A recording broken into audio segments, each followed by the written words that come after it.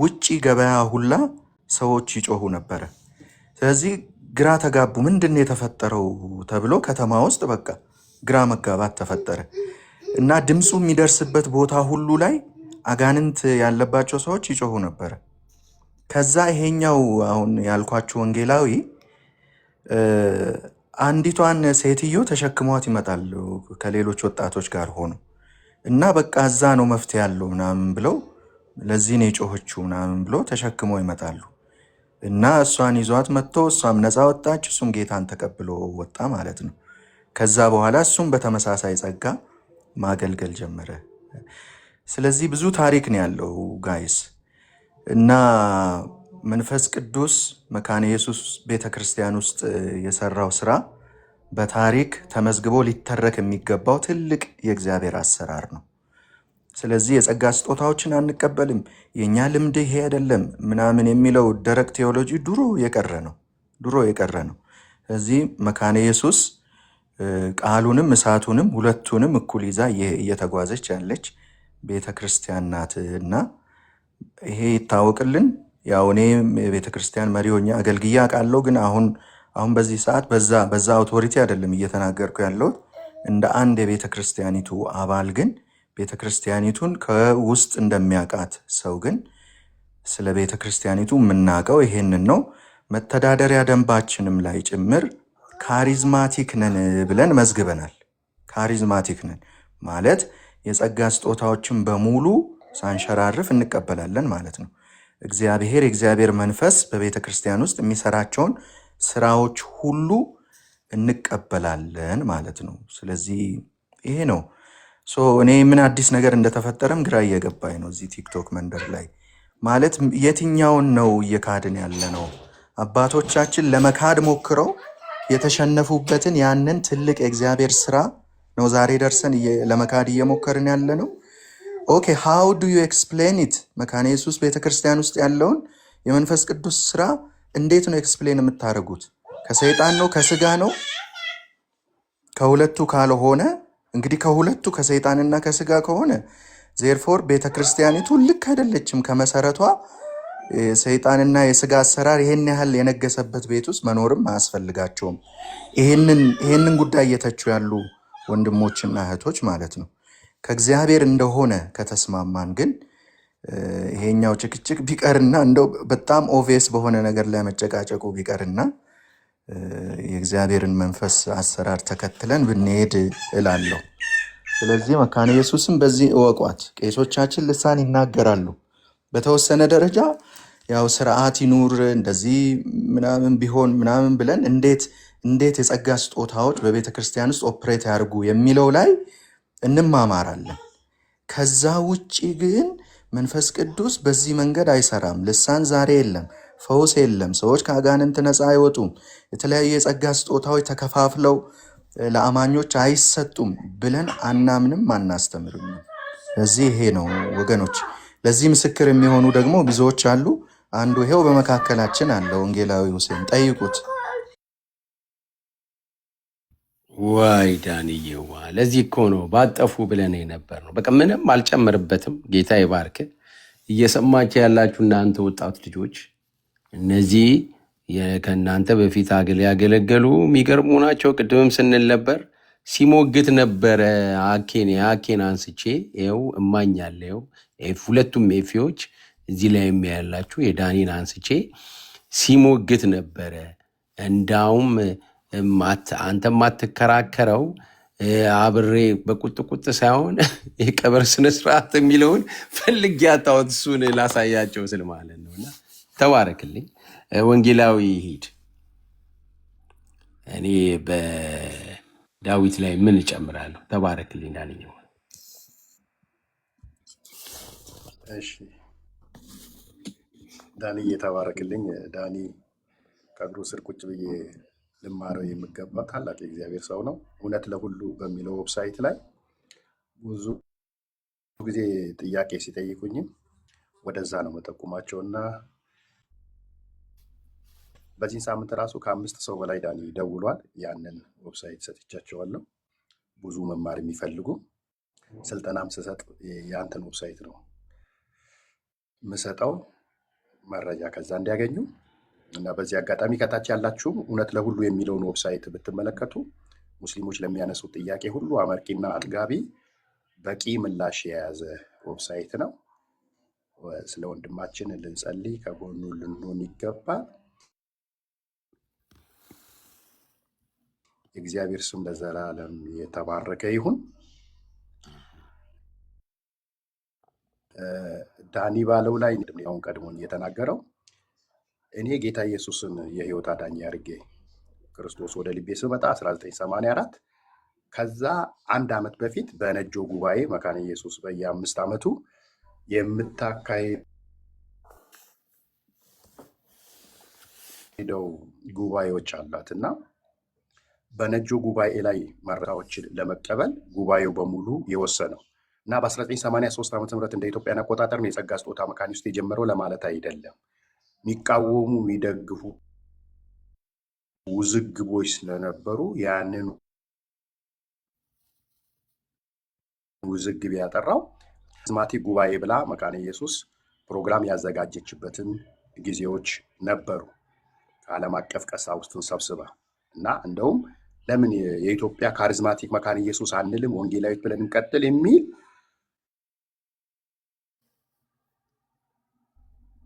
መነሻ ሀሳቦች እንደ ሀሳብ ደረጃ የተነሱ ኦፍጋ የአዲስ አበባ ከአዲስ አበባ ሲኖዶስ የኢትዮጵያ ማዕከላዊ ሲኖዶስ ፕሬዝደንት ሆነው ለ8 ዓመት ያገለገሉ የጸጋ ስጦታ ጥቅምና አጠቃቀማቸው የሚል መጽሐፍ ጽፈዋል። የኢትዮጵያ ወንጌላዊት ቤተክርስቲያን መካነ ኢየሱስ በዋና ጸሐፊነትም ያገለገሉ የሚታወቁ ሰው ናቸው እና በቤተ ክርስቲያኒቱ ደረጃ በአስተምሮ ደረጃ በመተዳደሪያ ደንብ ደረጃ የጸጋ ስጦታ መቀበል ቤተ ክርስቲያኒቱ ትደግፋለች። ለዚህም በየአጥቢያዎቿ የፈውስ ፕሮግራም የሚል በግልጽ በታፔላ ላይ ለጥፋ አገልግሎትን ታካሂዳለች። የኢትዮጵያ ወንጌላዊት ቤተክርስቲያን መካነ ኢየሱስ ለ100 ዓመት ያላስመዘገበችውን የአባላት ቁጥር በ30 ዓመት ውስጥ ያስመዘገበችው በዚሁ በተቀበለችው የመንፈስ ቅዱስ የጸጋ ስጦታ አገልግሎት ነው። በቀደም ዕለት የዛሬ ሳምንት አካባቢ ወደ አምቦ ነበርኩ። መሰረተ ክርስቶስ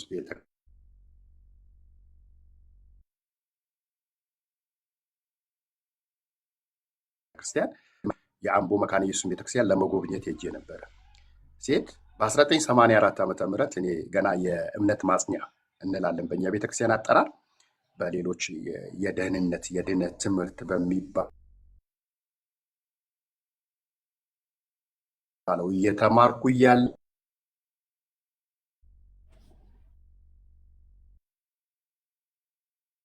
ነው እኔ የትንቢት አገልግሎት የጀመርኩት።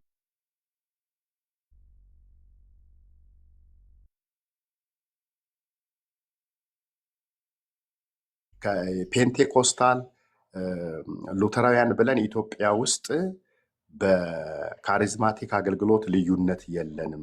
ተመሳሳይ መድረክ፣ ተመሳሳይ ልምምድ ነው ያለን። ፔንቴኮስታል አካባቢ የተሳሳቱ የሚታረሙ ልምምዶች ካሉ በተመሳሳይ እኛም በመካነ ኢየሱስ ጋር የሚካሄዱት የሚታረም ነው። አንድ ኮሜንት ቅድም ነበረ፣ በሁለት እንክፈላችሁ ወይ? በልሳን የሚናገሩ መካነ ኢየሱሶች እና በልሳን የማይናገሩ አትከፍሉንም። ካሪዝማቲክ ነን። ልሳን በቤተ ክርስቲያኒቱ ከጸጋ ስጦታ አንዳንዱ ነው ብለን እናምናለን እና የጸጋ ስጦታዎች ልሳን ብቸኛ የጸጋ ስጦታዎች አንዱ ብቻ አይደለም፣ በርካታ የጸጋ ስጦታዎች አሉ። ስለዚህ ወንድሜ ዳኒ ካለው ሀሳብ ጋር ቅድም የምጋራው ቤተክርስቲያን ውስጥ ሆናችሁ የምትቃወሙ ከፔንቴኮስታል ወንድሞቻችን ጋር ልታለያዩን የምትፈልጉ ወንድሞች ልብ ግዙ፣ በንስሐ ተመለሱ፣ እግዚአብሔር ይቅር ይበላችሁ። እናንተም ወንድሞቻችሁን ናችሁ። ቤተክርስቲያን ውስጥ መንፈስ ቅዱስ የጸጋ ስጦታ ሲቃወሙ የነበሩትን ብዙ ጊዜ ታግሰናቸው እግዚአብሔር በእሳቱ ሲነካቸው አይተናል።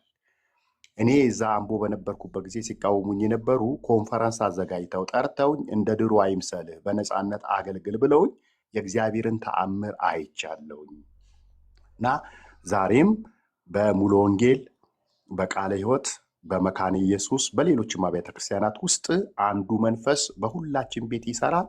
አንዱ መንፈስ አንድ አድርጎናል። ተያይዘን አንድነታችንን ጠብቀን ወንጌልን እያቀጣጠልን እንቀጥላለን። ልዩነትን የሚዘሩን ሰዎች በፍቅር በእውነት ልናቀናቸው እንጸልይላቸዋለን። የፍቅርን ቃል በእነሱ ላይ እንናገራለን። ተባረኩልኝ።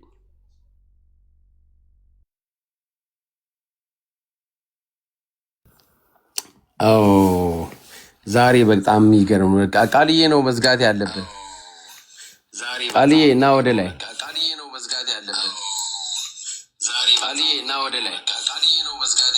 ቃልዬን አስገቡልኝ። ኧረ ምንድን ነው ነገር እያስተጋባ ነው አይደል?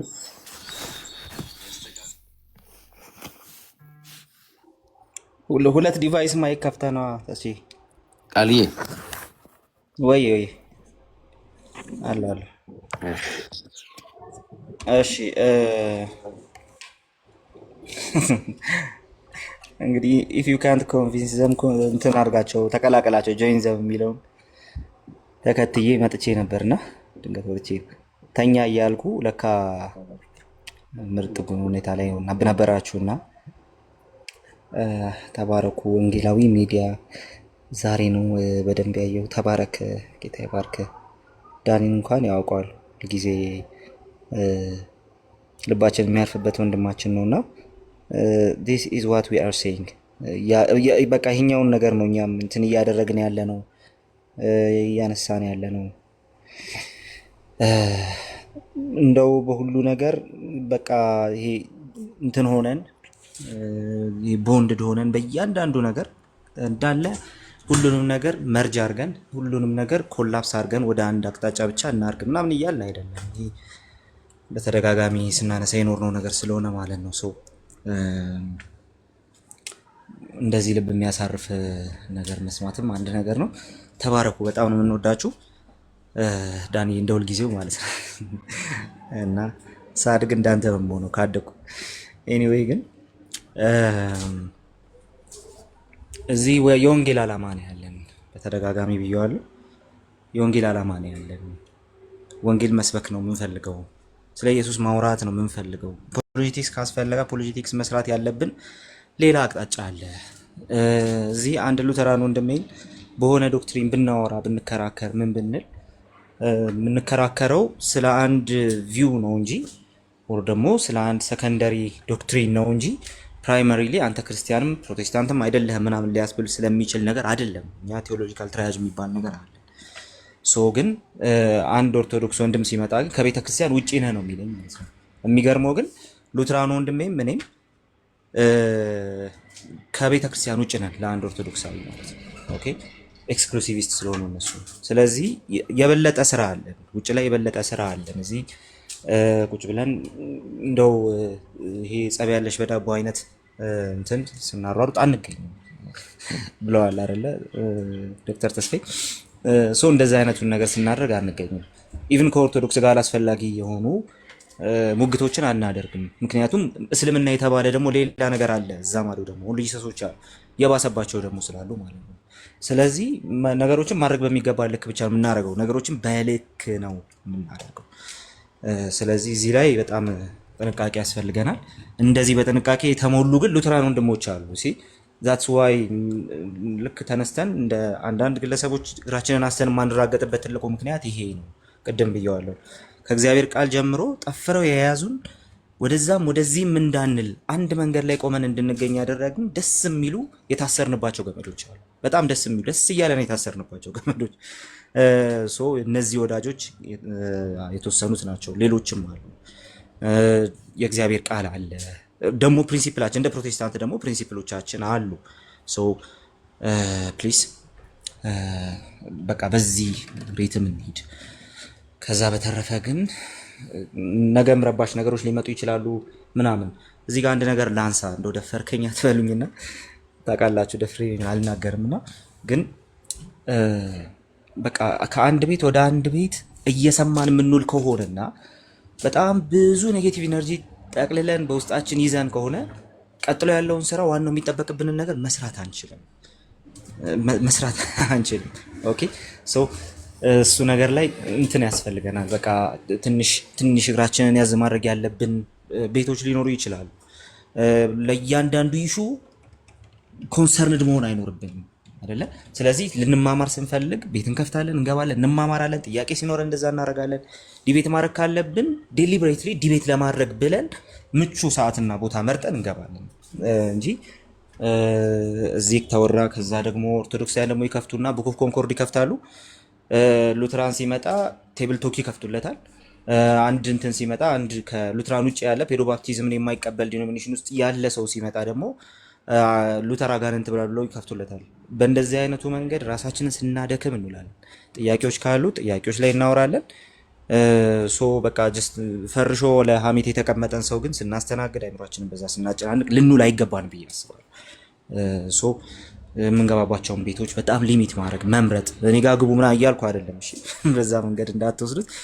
እንደዛ እያልኩ አይደለም፣ ግን ደግሞ ቤት መምረጥ የሚባል ነገር አለ እንደ እግዚአብሔር ቃል። ከዛ ደግሞ በትክክል ማን ነው ያንን ነገር እንትን የሚለውን ነገር ማለት ነው። ሶ ሁሉም ቤት ተከፍቶ ነገር በተጠመቀ ቁጥር እሱን ነገር ስና ቃልዬ እንደው ኦኬ ቃልዬ ቀይታለ ቆይ ኧረ ቃልዬ ልሳብ ብዬ ነው። ቆይ ይቅርታ። እሺ ቆይ ቃልዬ ታለ እየደከመ ስለመጣ ነው። እሺ እሺ ሰው የድፍረት ንግግር አይደለም። በጣም የታናሽ ወንድም መልእክት አድርጋችሁ ያዙት። የማንንም ኢጎ ፊድ ስናደርግ የምንውልማ አይነት ሰዎች አይደለም። አንዳንድ ሰው የሚያወራው በቃ ኢጎ ቤዝድ ነው። በቃ እሱ እንዲሰማ እሱ እንዲነገርለት የሆነ ነገር እንዲባልለት እንጂ ስለ ዶክትሪኑም ስለ ትራዲሽኑም ተጨንቆም አይደለም። በቃ እንፋታም ማንም አይረታን ምናምን። በእንደዚህ አይነቱ ሞቲቭ የሚመጣን ሰው ኢጎን ነው ፊድ የምታደርጉለት እንጂ ምንም ጥቅም የለውም። በቃ ሲጫጫሁ መዋል ነው፣ የሆነ እንትን ሲያደርጉ መዋል ነው። ይሄንን ኤነርጂ ሙስሊም ላይ ኦንሊ ጂሰስ ላይ ምናምን ብንሰራበት ኢቨን ኦርቶዶክስ ላይ ብንሰራበት ለውጥ እናመጣ ነበር። ይህንን ከእንደዚህ አይነት ኢንቫይሮንመንት ጋር እንትን የምናደርግበትን ኤነርጂ ማለት ነው። ሶ የግድ የሆነ ነገር ስለተነሳ ለዛ ነገር መልስ ለመስጠት ከዛ ሰው ጋር ኢንጌጅ ማድረግ አይጠበቅብንም። አንድ የሚባል አባባል አለ፣ ረሳው ጸሐፊውን፣ በጣም የታወቀ ጸሐፊ ነው እና ወደ አማርኛ ተመልሶ ያየሁትን ነው፣ እንግሊዘኛ ነው እንትኑ ግን ቂሎች አስቀድመው ወደ ራሳቸው ሰፈር ይወስዱና በልምድ ያሸንፈዋል ይላል። እና ሰዎች እንደዛ ነው የሚያደርጉት። በጣም በተለይ ቂላቂልነት የሚያበዙ ሰዎች፣ ይሄ በጣም ከእንትን ይልቅ ከሪያሊቲ ይልቅ ፋንታሲ ውስጥ መኖር የሚፈልጉ ሰዎች፣ በጣም በቃ የነሱ ነገር ብቻ እንዲሰማ የሚፈልጉ ሰዎች መጀመሪያ እነሱ ወዳሉበት የዚህ በጣም ቂላቂልነት ወደሚበዛበት ወደዛ ኢንቫይሮንመንት ይስቧቸዋል። እዛ በልምድ ያሸንፏቸዋል። ምክንያቱም እናንተ እዛ ሲምፕሊ እንትን አይደላችሁም፣ ኤክስፔሪየንስ አይደላችሁም እዛ ውስጥ ማለት ነው። የእናንተ ኤክስፔሪየንስ ያለው ላይ ሶ በዛ ደረጃ መሄድም ላያስፈልግ ይችላል። ሶ ይሄ ግን እያወራ ያለው ስለ ትራዲሽን አይደለም። ሉትራን ትራዲሽን ማለት ሲምፕሊ ኢቭን መሰረታችን ነው። ፕሮቴስታንቲዝሙ ከዛ ትራዲሽን ውስጥ ነው የሚወጣው። አንዱ ከአንዱ እየወጣናል እዚህ ጋር የመጣ ነው። ስለዚህ ያንን የመናገር ትራዲሽኑን የማብጠልጠል ምናምን አላማ የማይኖረን ለዛ ነው። ማንስማማበት ነገር ቢኖር ራሱ በማንስማማባቸው ነገሮች ቁጭ ብለን እናወራለን ውጮቹ እንደሚያደርጉት እንጂ በዛ ደረጃ እናብጠለጥልም ማለት። እንደዚሁም ደግሞ ግለሰባዊ ችግርን የትራዲሽን ችግር አናረግም። ሰው በጣም ውስን ስለሆኑ ግለሰቦች ነው እያወራ ያለሁት ማለት ነው። ስለዚህ ለመማማር ቤት እንከፍታለን፣ የሚመቸው ሰው ይምጣ፣ እናወራበታለን። ሰሞኑን አንዳንድ ነገሮች እየሰማን ነበር።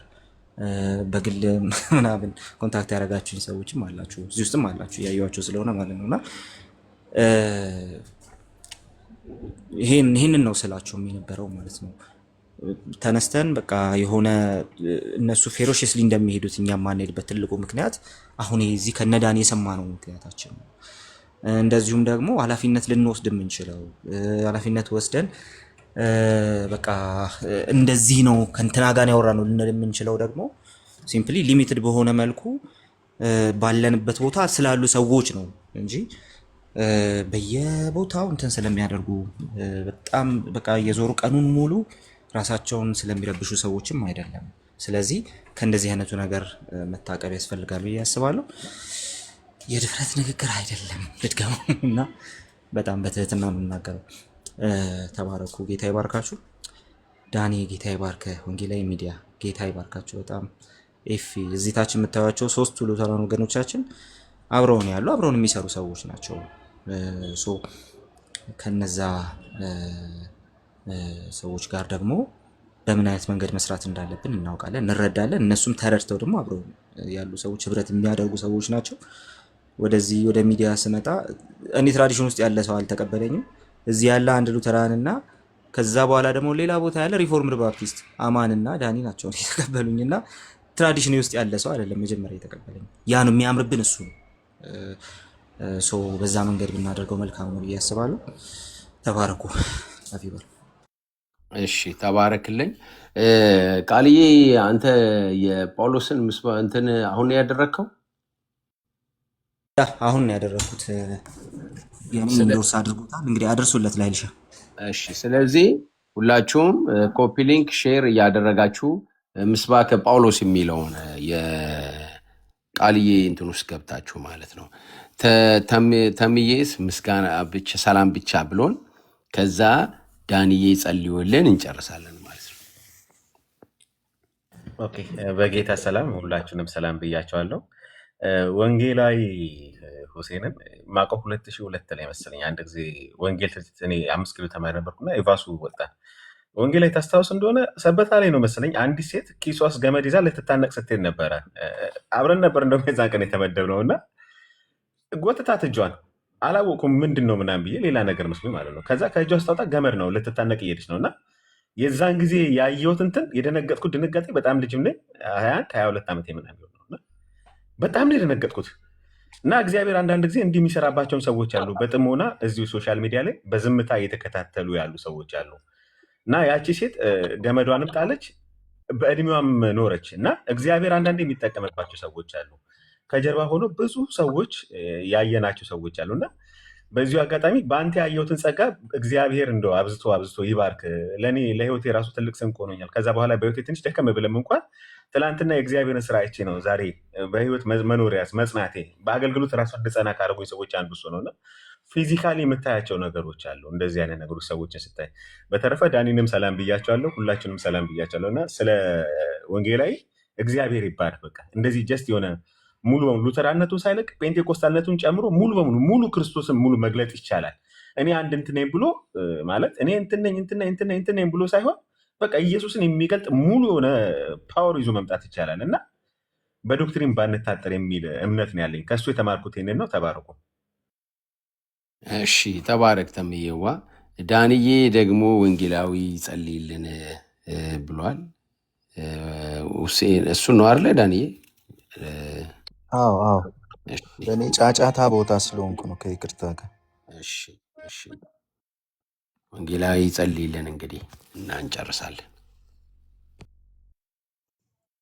እሺ እንጸልያለን አብረን። አምላካችን የሰራዊት ጌታ እግዚአብሔር አብ፣ ወልድ፣ መንፈስ ቅዱስ አንድ አምላክ በኢየሱስ ክርስቶስ ስምና ስልጣን እናመሰግንሃለን። በዚህ ርዕሰ ጉዳይ ላይ ወንድሞች እግዚአብሔር አምላክ እንድንወያይ ስለ ቃልህ እውነት ላይ ቆመን እንድንጫወት ያንተ መልካም ፈቃድ ስለሆነ ክብር ምስጋና ለስም ይሁን። ጌታ እግዚአብሔር ሆይ በተጠራንበት ዓላማ ለተጠራንበት እውነት አንተ በሰጠህን ጸጋ በፍቅር እውነትን እየገለጥን እንድናገለግል አንተ እንድትረዳን ማስተዋልን፣ ዕውቀትን፣ ጥበብን እንድታበዛልን በኢየሱስ ክርስቶስ ስም እንማጸንሃለን። እግዚአብሔር ሆይ አንተ ቸር አምላክ ነህ። በመካከላችን ሰይጣን የሚዘራውን ዘር በእኛ ሕይወት ውስጥ እንዳይበቅል